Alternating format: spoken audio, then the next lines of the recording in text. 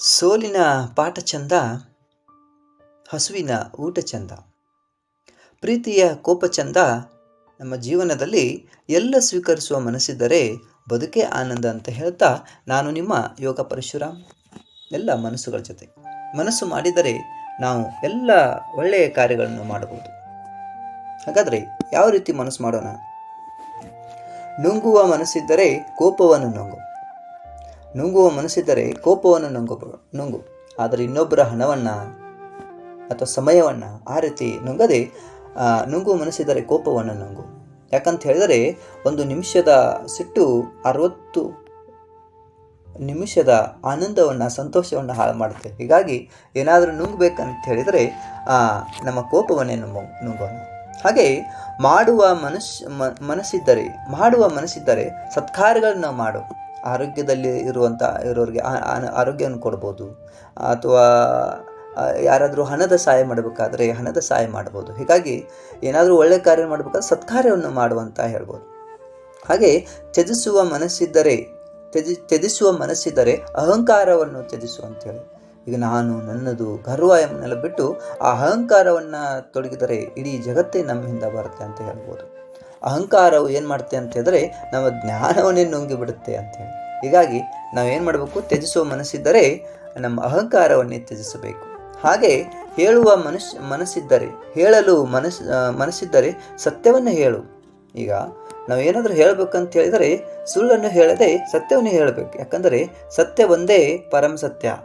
ನಾವು ಕೊನೆಯದಾಗಿ ಈಗ ನೋಡಿ, ಒಂದು ಸೂರ್ಯನ ಮುಚ್ಚಲಿಕ್ಕೆ ಮೋಡ ಬಂದಿರುತ್ತೆ. ಸೊ ಎಷ್ಟು ಸಮಯವರೆಗೆ ಇರುತ್ತೆ ಅದು?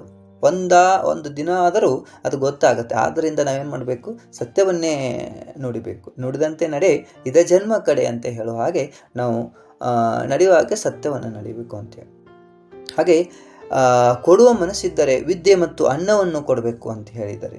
ಯಾರಿಗೆ ಕಷ್ಟ ಕೊಡೋದಾಗಲಿ ಅಥವಾ ಬೇರೆ ಏನೋ ಕೊಡೋದು ಬಿಟ್ಟು ಅವರಿಗೆ ನಾವು ಏನಾದರೂ ಅವ್ರಿಗೆ ಕೊಡಬೇಕನ್ನಿಸಿದರೆ ವಿದ್ಯೆ ಮತ್ತು ಅನ್ನವನ್ನು ಕೊಡಬೇಕು.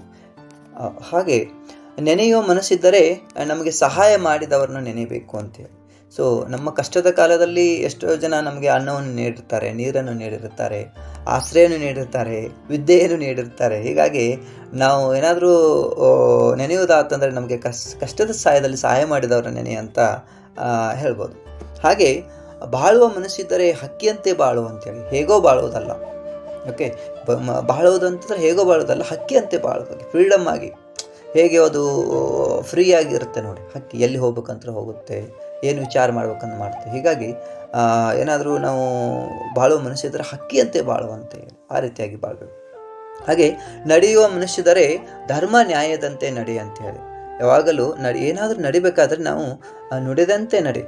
ಏನು ನುಡಿತೇವೋ ಅದನ್ನೇ ಆದ ರೀತಿಯಾಗಿ ನಡಿಬೇಕು. ಧರ್ಮ ಮತ್ತು ನ್ಯಾಯದಂತೆ ನಡಿಬೇಕಂತೇಳಿ.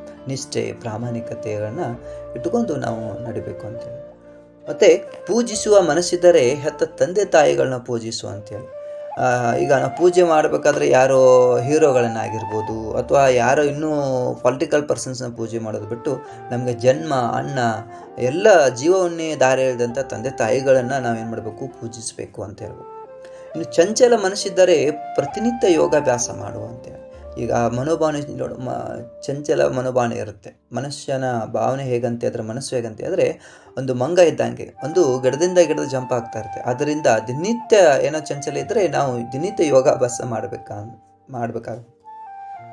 ಹಾಗೆ ಪರಿವರ್ತನೆ ಬಯಸಿದರೆ ಅದು ಮೊದಲು ನೀ ಬದಲಾಗು ಅಂಥೇಳಿ. ಬದಲಾವಣೆ ಜಗದ ನಿಯಮ. ಯಾಕಂದರೆ ಮನೆಯಲ್ಲಿ ನಾವು ಅವ್ರು ಬದಲಾಗಬೇಕು, ಇವ್ರು ಬದಲಾಗಬೇಕು, ಸಮಾಜದಲ್ಲಿ ಅವ್ರು ಬದಲಾಗಬೇಕು ಅಂತ ಹೇಳೋ ಬದಲು ನನ್ನಿಂದನೇ ಮೊದಲು ಬದಲಾವಣೆ ಸ್ಟಾರ್ಟ್ ಆಗಲಿ ಅಂತ ಹೇಳ್ತಾ ಇವತ್ತಿನ ಮಾತುಗಳನ್ನು ಮುಗಿಸ್ತಾ ಇದ್ದೀನಿ. ಎಲ್ಲ ಚೈತನ್ಯಕ್ಕೂ ಧನ್ಯವಾದಗಳು.